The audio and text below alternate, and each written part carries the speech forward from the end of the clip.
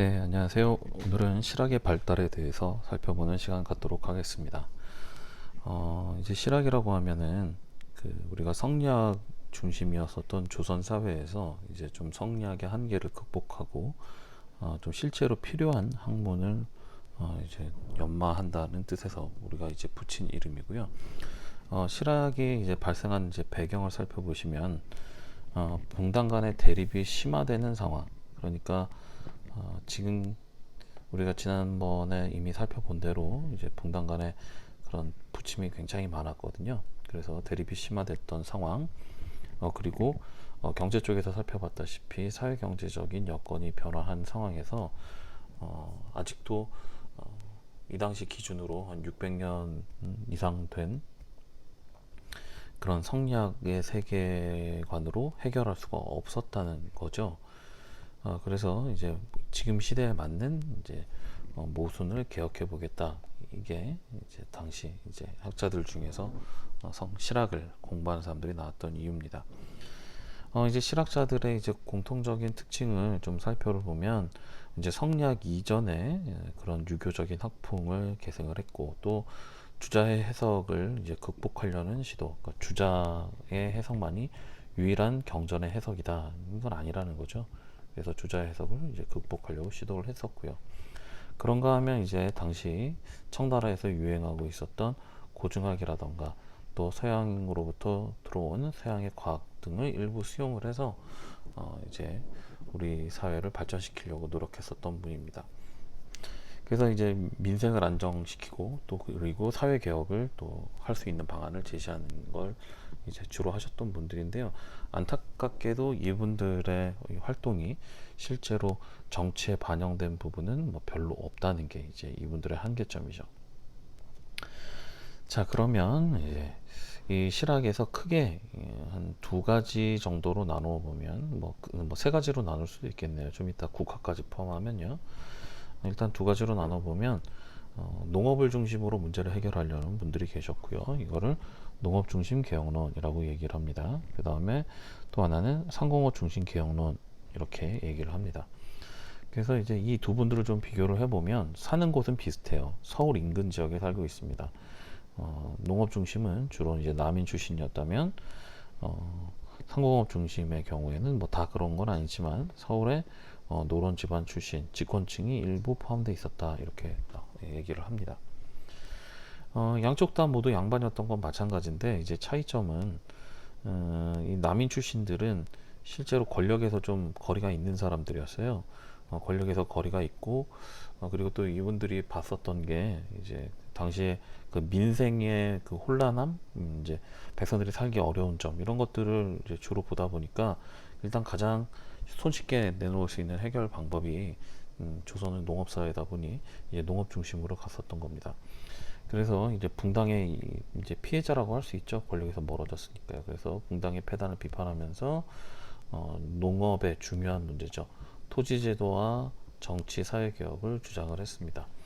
그러면 누가 중심이 될 것이냐? 이 남인이잖아요. 우리 예속 논쟁이라던가 이런 데서도 봤겠지만 남인들은 성인 군주 중심입니다. 그래서 성인 군주 중심의 이상사회를 통해서 해결을 하려고 그랬죠.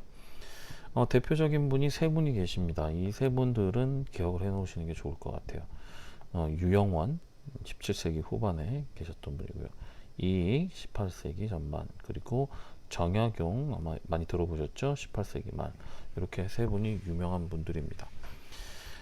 이 유영원의 주장으로 이제 기억을 해 놓으실 만한 게 이제 유영원의 균전론입니다.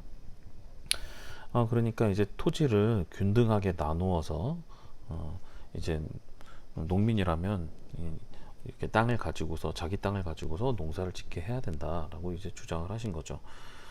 그래서 또 뭐 양반 문벌이라던가 뭐 과거제도, 노비제도 뭐 이런 것들이 좀 모순된 점들이 많이 있으니까요. 이런 것들을 비판하기도 하셨고요.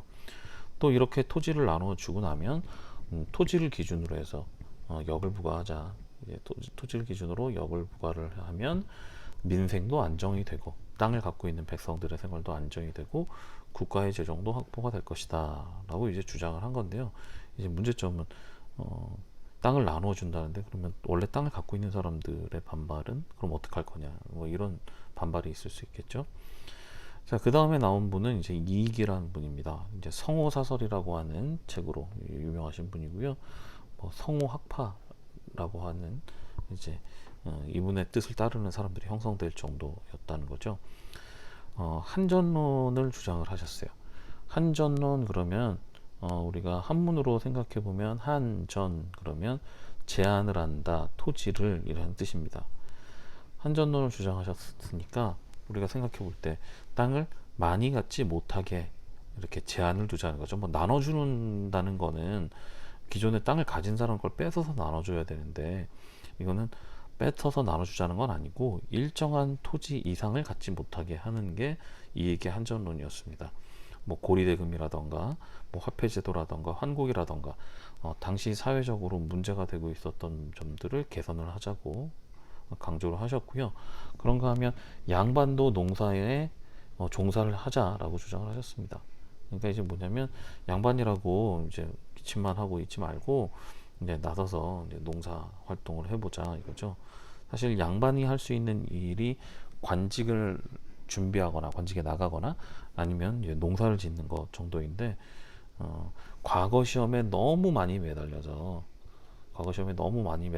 양반들이 생산 활동을 안 하니까 과거를 줄이고 양반도 농사를 짓자 라고 이제 주장을 하셨습니다. 뭐 이조 전랑의 후임자 청구권을 박탈하라던가 뭐 군주의 인사권을 보장한다 하자라던가 뭐 이렇게 좀 국왕이 보면 되게 좋아할 얘기를 많이 했죠. 여기서 이 전랑의 후임자 청구권이라고 하면은 나중에 영조가 정말 없애기도 했습니다만, 이거의 경우에는 3사의 권한이 이제 지나치게 이제 커지고, 또 한편으로 붕당과 3사가 서로 견제하지 않는 상황이 되니까 이제 이럴 거면 차라리 3사의 독립을 이제 없애자는 거죠. 그런가 하면 이제 군주가 인사권, 그러니까 뭐 관리를 임명하는 권한을 보장을 해야 한다라고 해서 여기 있는 성인 군주하고 이제 관계가 있습니다. 자, 세 번째로 등장하는 분이 이제 정약용인데요. 이익의 학풍을 계승을 하셨고요. 그 다음에 이제 토지제도 및 전반적인 계약을 주장을 했고, 또 한편으로는 북학을 수용을 했습니다. 이 북학이라고 하는 말은 뭐냐면 이 청나라를 배우자라는 거기 때문에 이 상공업적인 개혁론하고도 관계가 좀 있어요. 그래서 정약용 선생은 여기 농업 중심에다가 넣어놓기는 했습니다만, 이분은 농업과 상업을 모두 다, 그래서 이제 이분을 뭐라고 하냐면 실학을 집대성했다라고 이제 이야기를 합니다. 그러니까 실학의 다양한 주장을 이렇게 다 모았다라는 얘기죠. 이분은 뭐 정전제를 주장을 하셨습니다. 그래서 이 정전제라고 하면은 땅을 균일하게 나누는 제도인데요. 예전에 유교적 이상사회에서 추구했었던 제도입니다. 그리고 또 한편으로는 이 정전제 말고도 한전제를 또 주장하시기도 합니다. 정전제는 이제 초창기에 이렇게 우리 우물정자라고 하죠. 이렇게 우물정자 모양으로 토지를 나눠서 하나, 둘, 셋, 넷, 다섯, 여섯, 일곱, 여덟, 아홉 개로 토지를 나눈 다음에 여기 가운데는 공동으로 농사를 지어서 국가의 세금으로 내는 토지로, 그리고 이제 나머지는 이제 각자 농사를 지어서 자기가 가져가는, 그래서 이제 9분의 1을 세금으로 내는 형식이 되는 거죠. 근데 이제 이 제도가 아무래도 좀 실현하기 어렵다고 생각하셨는지 한전제도 주장을 하셨어요. 한전제도 주장을 하셨는데, 이 한전제는 이제 이익의 한전제하고는 좀 다릅니다. 그래서 이거는 최소 기준을 정했어요. 그러니까 땅을 많이 갖자는 게 아니라 최소 이 정도는 가져야 된다라고 해서 농민들이 일정한 토지 이하, 그러니까 일정한 토지만큼은 농민이 사고 팔지 못하게 했어요. 그래서 이 농민이 계속 갖고 있는 토지로, 그러니까 최소한 먹을 거를 보장을 해준다는 개념이니까 요즘으로 치면 최저임금 같은 개념이라고 생각하시면 돼요. 그래서 이 토지 이상은 뭐 자유롭게 사고 팔 수 있지만 이 토지까지는 무조건 갖고 있어야 된다 라는 내용입니다.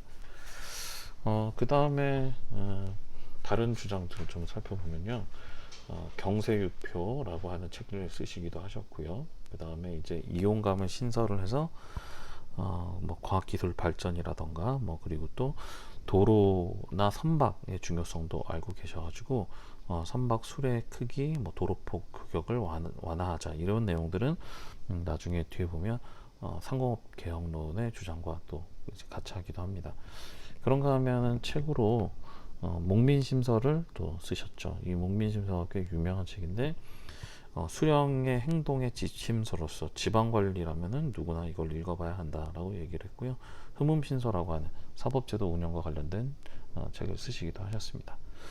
자, 그러면 두 번째로 상공업 중심 개혁론에 대해서 알아보도록 하겠습니다. 상공업 중심 개혁론은 농업 중심보다는 조금 뒤에 나왔고요. 그리고 서울에 있는 노론 집안 집권층의 일부였는데 이분들은 아무래도 권력을 이렇게 운영을 하는 입장 쪽에 가깝다 보니까 세상 돌아가는 걸 조금 현실적으로 파악을 할 수가 있었어요. 그래서 이분들 사이에서 이제 유행을 했었던 학문이 북학이라고 하는 학문입니다. 북학은 청나라의 현실적인 우위를 인정을 합니다. 그러니까 청한테다 뭐 복수하자, 뭐 그거는 우리가 힘이 세진 다음에 한번 생각해보자 이거죠. 일단 청나라가 센 것은 사실이니까요. 그리고 또 청나라가 우위에 있고 또 우리보다 훨씬 발달된 문물을 갖고 있다는 것도 인정을 합니다. 발달된 문물을 수입을 해야 된다. 그래서 경제 발전과 부국 강병을 추구하는 그런 입장을 갖고 계셨던 분입니다. 자, 여기에는 이제 네 분 정도 나오는데요. 이제 유수원이라고 하는 분이 영조 때 우수라는 책을 쓰십니다. 우서라고 하는 책을 쓰십니다. 유수원의 우서. 그래서 이분은 상공업의 진흥, 그 다음에 농업 중심의 경제 구조, 이걸 좀 개혁을 해야 된다. 그래서 대상인의 사회적 기여를 중시했다. 이 말은 뭐냐면 지금까지 무시하던 상인 계층들이 실질적으로 국가의 많은 부분을 기여하고 있다는 점을 이제 인정을 하자는 거죠. 그러니까 이것만 보더라도 이제 신분이라던가 이런 것보다는 누가 사회에 어떻게 기여를 하고 있냐 이런 걸 또 관심 있게 보셨던 것 같아요. 그 다음에 이제 농업도 단순히 이제 농업으로 그칠 게 아니라 상업적 경영이에요. 그러니까 이거를 상업과 결합을 시켜서 내다 팔 수 있는 농업을, 그리고 또 기술 혁신, 그러니까 농업도 맨날 하던 대로 할 게 아니라 새로운 기술을 이제 발전시키는 그런 필요성을 강조를 했습니다. 그 다음에 뭐 산업공상의 직업평등 전문화, 이거 주장 이것 자체만으로도 상당히 직업평등 이것만으로도 상당히 발전된 그런 주장이죠. 두 번째로 등장하시는 분은 이제 홍대용이라는 분입니다. 홍대용이라는 분은 의사문답이라는 책을 쓰셨는데요. 여기서 관념전 화의관이다. 뭐 이건 뭐냐면 우리는 오랑캐, 중국은 세상의 중심. 근데 오랑캐 중에서 우리는 그래도 가장 앞선 오랑캐 뭐 이런 거거든요. 그래서 중국이 항상 세상을 이끌어야 한다던가. 그래서 중국 중심의 세계관이 이게 터무니없다라는 걸 이제 비판을 하면서 북학의 이론적 틀을 제시를 했다 이렇게 얘기를 합니다. 그러니까 중국이 중심이 아니고, 그리고 또 중심은 바뀔 수도 있고 그 중심은 우리가 될 수도 있고 뭐 이런 식의 사고관을 제시를 하셨던 분이죠. 그러면서 부국강병이 근본이다라고 주장을 하셨다는 거예요. 부국강병이 근본. 예. 자, 세 번째로 등장하시는 분은 박지원입니다. 많이들 들어보셨을 거예요. 열하일기라고 하는 책을 쓰시기도 했었고요. 그런가 하면은 양반층의 허위허식을 이제 뭐 비판을 하는 양반전 같은 이제 걸 쓰기도 하셨죠. 양반전이라던가 허생전 이런 것들을 쓰시기도 하셨죠. 수레 선박 이용을 활성화하자. 이제 이분은 중국의 사신으로 갔다 오면서 이제 중국의 앞선 모습을 직접 보고 그걸 소개하기 위해서 열하일기를 쓰셨던 거고요. 그 다음에 이제 농업개혁에서 이제 한전론을 주장을 하기도 합니다. 그러면서 영농방법 개선, 상품 작물 재배 뭐 크게 봐서는 다 비슷비슷하죠.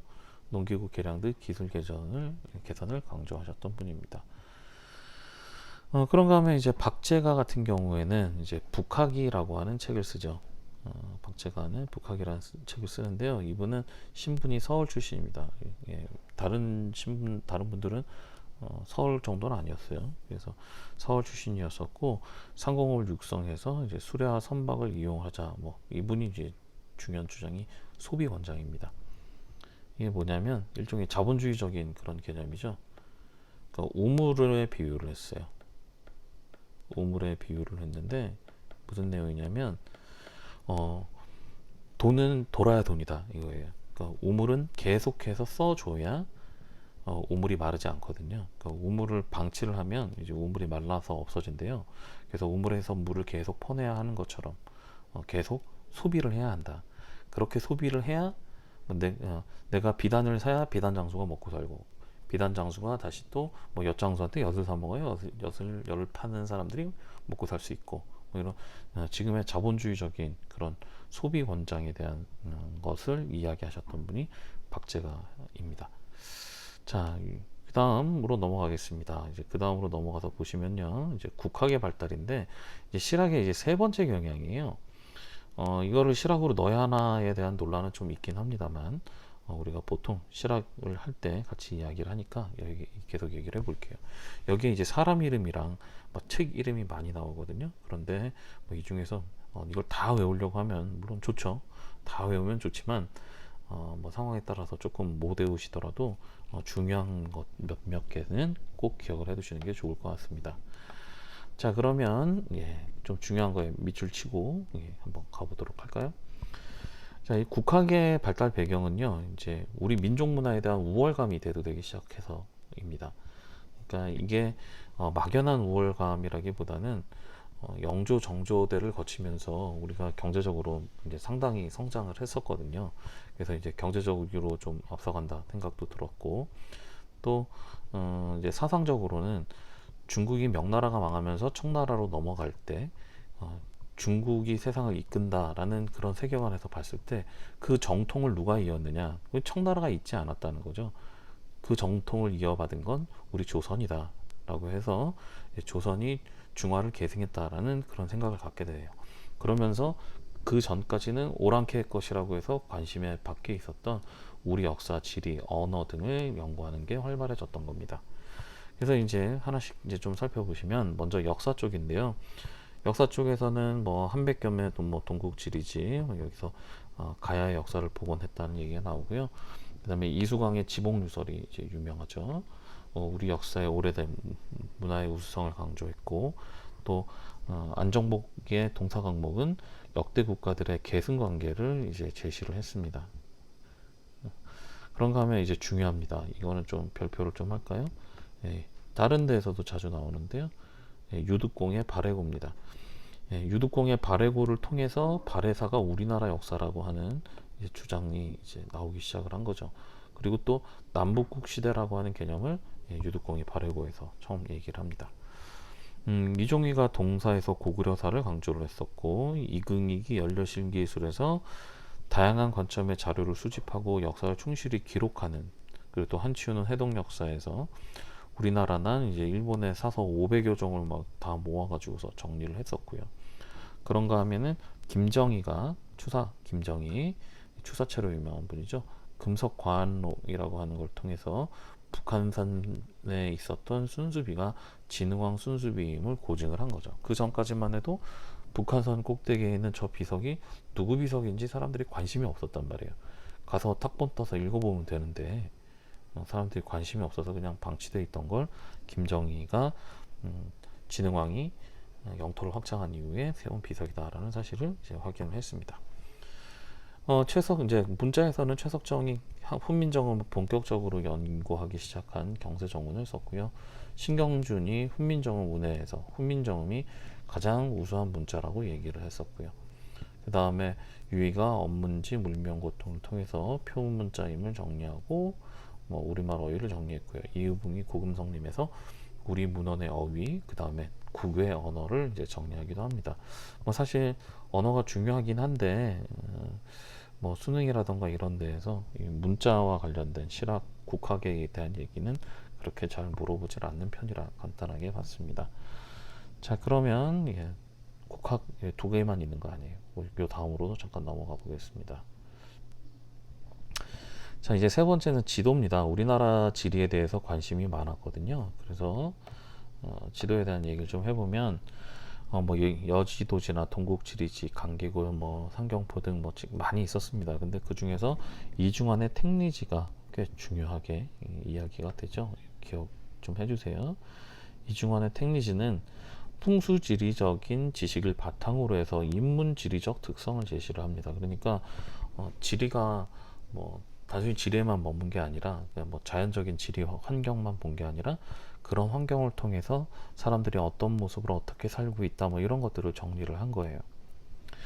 그리고 또 정약용이 또 빠지면 안 되죠. 정약용은 강역구라는 책을 통해서 어, 우리나라의 산천과 역대 국가라던가 뭐 주요 뭐 도시라던가 이런 것들의 위치 사료를 수집을 비교를 해서 또 자기 견해까지 포함을 시켜서 어디가 이제 예전에 어느 지역이 현재 어디다라는 걸 이제 뭐 했었던 거고요. 정상기의 동국지도는 정확한 축적을 적용을 해서 김정호의 대동여지도만에 이제 영향을 크게 줬다 이렇게 얘기를 합니다. 그래서 이제 김정호의 대동여지도는 이제 근대적인 지도로 유명한데요. 뭐 각종 시설물을 기호로 제시했다던가, 뭐 산맥, 하천, 포구, 도로를 정밀하게 묘사했다던가, 심리마다 눈금을 둬서 축척을 이제 뭐 확인하게 했다던가 해서 우리나라가 전근대 시절에 만들었었던 지도 중에서 가장 유명한 지도가 이제 대동여지도죠. 근데 이제 뭐 일설에 대동여지도를 만들기 위해서 뭐 백두산을 몇 번 올라갔다는 둥, 아니면 그렇게 해서 만들었었던 대동여지도를 뭐 흥선대원군이 뭐 나라의 기밀을 알리는 거다라고 해서 뭐 불태워 없앴다는 등 뭐 이런 얘기들은 모두 일본이 다스리던 시대에 나왔었던 얘기로 그 저희가 좀 의심되는 그런 내용입니다. 이게 이제 어떻게 해석할 수 있냐면 이렇게 열심히 나라를 위해 헌신을 했지만 결국은 비난을 받았다. 뭐 이런 식으로 이제 좀 안 좋게 그렇게 쓰일 소지가 좀 있죠. 또 지도로는 이제 우리나라 사람은 아니지만 마테오 리치가 만들었었던 고려 만국 지도가 이 당시에 이제 우리한테 수입이 됐었습니다. 마테오 리치는 명나라 말 청나라 초에 활동했었던 서양인 선교사인데요. 뭐 굉장히 한문도 능하고 그래서 많은 그 천주교와 관련된 그런 유산을 남긴 사람이에요. 서양의 지도였고요. 중국을 통해 수입돼서 정확한 세계에 대한 인식을 갖게 되자 중국이 세상의 중심이라고 하는 그런 생각에는 조금 이제 의심이 생기기 시작을 한 거죠. 그래서 마테오 리치의 고려 만국 지도를 통해 세상을 좀 알게 됐습니다. 그 외에 뭐 과학기술이라던가 뭐 백과사전 쪽도 보시면 뭐 박세당의 색경이라던가 홍만선의 산림경제, 서울의 해동농서 등이 이제 농업서적으로 농업도 이제 좀 개선시키려는 노력을 보여줬고요. 의학 쪽은 허준의 동의보감부터 이제 얘기를 합니다. 뭐 허준의 동의보감 그러면 광해군 때라서 조금 실학보다는 좀 앞선 시대가 아니냐라고 얘기하기도 하는데요. 이 의인을 무시할 수는 없죠. 그러니까 그 전에 있었던 많은 그런 의학 서적들이 좋은 책들이 많았죠. 그런데 허준의 동의보감이 이제 역사적으로 오래 낭비된 이유는 우리나라에서 주변에서 구하기 쉬운 약재로 치료하는 방법 등을 알려줘서 백성들이 의료를 접할 수 있는 계기를 마련해 준 책이었다는 겁니다. 뭐 벽원신방 같은 안경창이 쓴 책도 있었고요. 그 다음에 이제 정약용 또 안 빠지네요. 마가해통이라고 하는 책을 통해서 홍역에 대한 지식을 수집을 하고 종두법을 이제 실험해 보기도 합니다. 실제로 보급한 건 나중에 이제 근대 시대로 돌아와서 지석영이지만 이 정약용도 이미 이런 거에 대한 정보는 이제 수집을 하고 있었다는 거예요.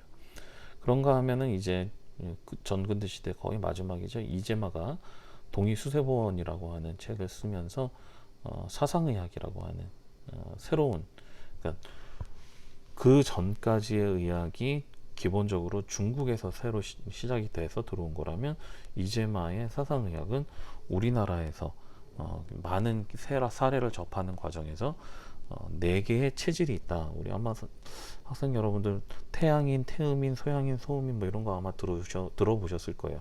한의원 같은 데 가면 이런 거 얘기 많이 하거든요. 근데 그거의 원조가 이재마였습니다. 그 다음에 이제 시헌력이라던가 지전설 같은 그런 그 천문학적인 지식, 김성문과 홍대용이, 그리고 이제 또 최석정의 구술학이라던가 홍대영의 주의 수용 등을 통해서 우리가 여러분들 좋아하시죠? 예. 바로 이제 구술학이라던가 뭐 주의 수용 이런 것들이 수학과 관련된 그런 내용들입니다. 그런가 하면 이제 이런 내용들을 집대성한 게 백과사전이거든요. 요즘이야 백과사전들 많이들 안 보시지만 인터넷으로 나와 있는 위키 같은 거 하고 비슷하다고 생각하시면 되는데 이 위키에 비해서는 훨씬 더 이제 인정을 받을 수 있는 그런 내용들이죠. 이소광의 지복유설, 뭐 이익의 성호사설, 뭐 이동무의 천정관전서, 그다음에 서유구의 임원경제지, 이규경의 오주연 문장전산고, 뭐 이런 것들 왜 이렇게 안 되나 모르겠네요. 오주연 문장전산고 등 이런 책들이 지금 요 앞에서 각각 많이 나왔었던 주장들이 이 백과사전 안에 들어가 있었던 내용인 경우가 많아요. 그런가 하면 이제 국가에서도 동국문헌비고라던가 증보문헌비고 같은 이런 책들을 통해서 우리가 알고 있는 그런 지식들을 이제 총망라해서 정리하는 작업 등을 했다고 합니다. 이런 것들이 이제 실학의 영향을 받았다 이렇게 얘기를 합니다. 자, 이제 여기까지 얘기를 하고요. 다음 시간에는 이제 우리 이제 종교에 관련된 내용들을 다뤄보도록 하겠습니다. 수고하셨습니다.